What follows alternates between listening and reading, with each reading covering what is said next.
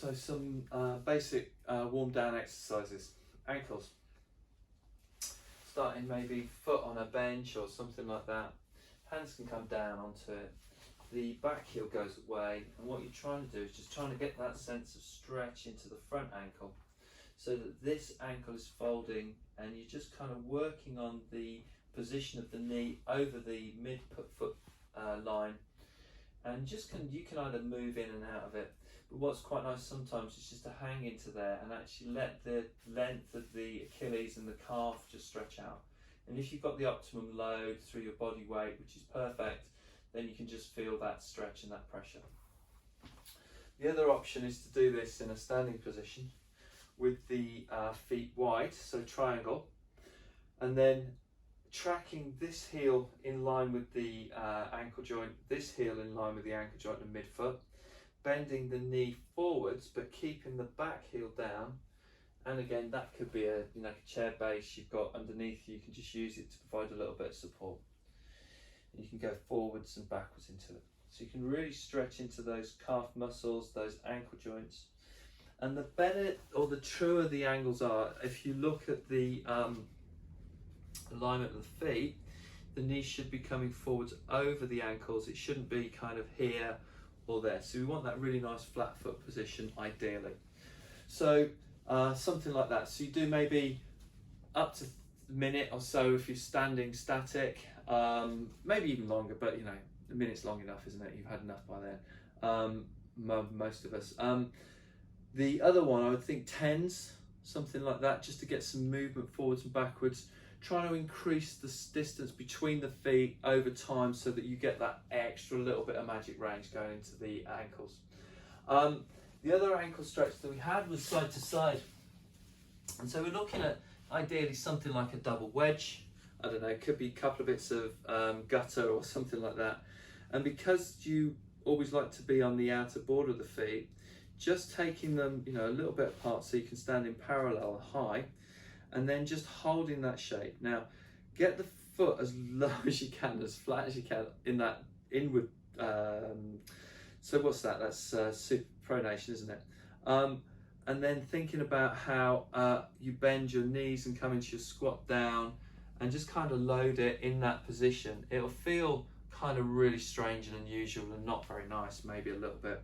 But the more we move into that inside range here, the flatter the feet are going to sit once you've done a little bit of this, and the easier the squats and all those other stretches will be. So again, we had another option which was doing it as a single foot with a couple of blocks and having something underneath a block at an angle, kind of set up against a wall or something. We had something to hold on to. You can actually go into this wide sort of foot position and trying to get maybe a little bit more. You're probably maybe holding on here, and you can kind of bend and straighten the ankles and just play with the actual movement of the bones at the ankle joint, bending and straightening. And this will help to just relieve that tension. Again, always keeping the knee tracking on the foot, because you just want to get those lines a little bit tidier.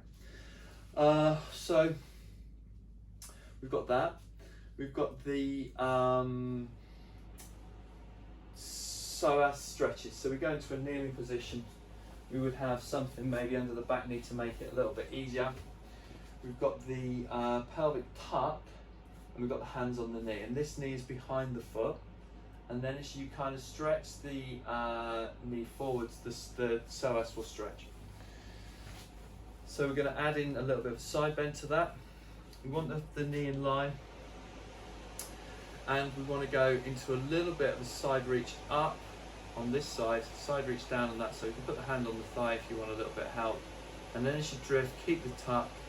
You get a little bit more of a stretch. And if you want to go higher with the arm, you can. It's not the biggest side bend in the world. It's just a little bit to get that muscle to open up that runs through the hip and up to the back of the rib cage. Again, then rotate the back foot in. Take the arm forward, put that hand on the knee, palm in, stop the knee from following.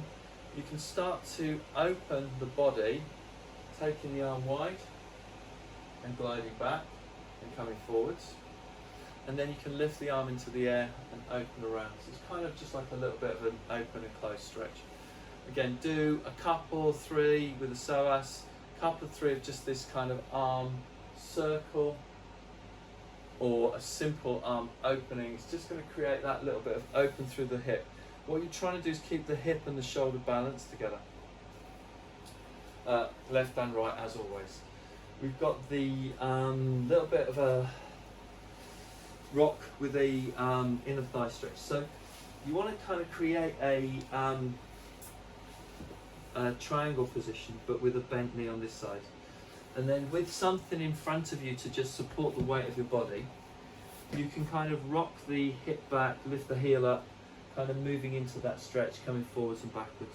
Just feel there's like a sense of stretch through here, and as you move the hip backwards, just play with the angle of your leg to try and max that out and get into the sweet spot. And then we've got the static lunges. So you want to try and make sure the bottom's working. And this again is another ankle stretch as well, kind of combined into it. So just kind of do a little heel press on one side to get that sense of energy, and then take the foot back. We're going to lift the back heel, both legs are straight, it's a little bit of a bow, and as both knees bend, the hips go back and down. Think Schwarzenegger in Terminator. And go as low as you can. You're going to get a stretch in the knee here, you're going to get a stretch in the foot here, you're going to get a stretch in the knee here. And then with the bottom active and the arms just used as a counterweight, bring the weight onto the toes and the main whole of that foot and push up to tall. 3, 4, 5 either side, not too many. It's just like it's a really kind of good way to get the hips to open up and get all of that movement through the chain. Left and right will be different, might be different heights. What you need to be mindful of is the balance point. So when your bottom turns off in this position, what will happen is the knees will start to waver, the hip will start to go all over the place. That's when it's not great for you. If you can hold the connection and hold the balance and hold the position and keep everything really well connected, it's going to be much safer, much more stable, and it's going to actually do positive things. Yeah. We come into a little bit of a cross leg stand, and then we reach the arm up into the air. So we're in a lovely big side bend away. What we can do then is we can take this arm up to meet it, or kind of create a Y shape, and then rotating around, looking down past that hip to the floor, and then rotating back into the center, into the side bend. So it's side bend and then twisted side bend. Movement's coming from the rib cage. We're creating space with the arms. Try not to pull the shoulders in towards the ears. Try not to shrug the head and neck. We're trying to always keep that sense of lift through the back of the neck, the chin just slightly pulled back in, that length through the tissues through here. And then just to release any shoulder tension, we bring the elbows together, the hands together, forward to the front line, level with the rib cage, straightening the arms away, bringing the arms back. Trying always to keep the forearms together. It might be a bit nervy if you've been tired, and then once you've done a few of those, maybe 3 or 4 breathing in, breathing out, you can then start to glide your elbows up past your chin.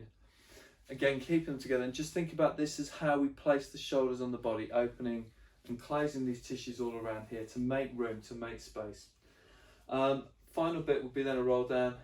We'd tuck the chin, we'd look down, we'd let the body hang, and as we hang down and forwards, we're trying to keep the weight onto the toes so the hands are going the same distance as your foot is long forwards at that point, and then just stay a little bit away from the floor with the hands. As you breathe out, let your arms lengthen, let your shoulders release a bit, and just let those fingertips almost touch the floor. Breathe into your back to make a bit more room, and then as you breathe out, let that go. Once your fingertips do get down, take a breath in again. Leave your shoulders behind and roll your spine up into space. So they'll just stay vertical. Now you know if you're hanging onto your arms, because when you roll down, and it's like unconsciously, yeah, when you roll down, your arms will be kind of behind you.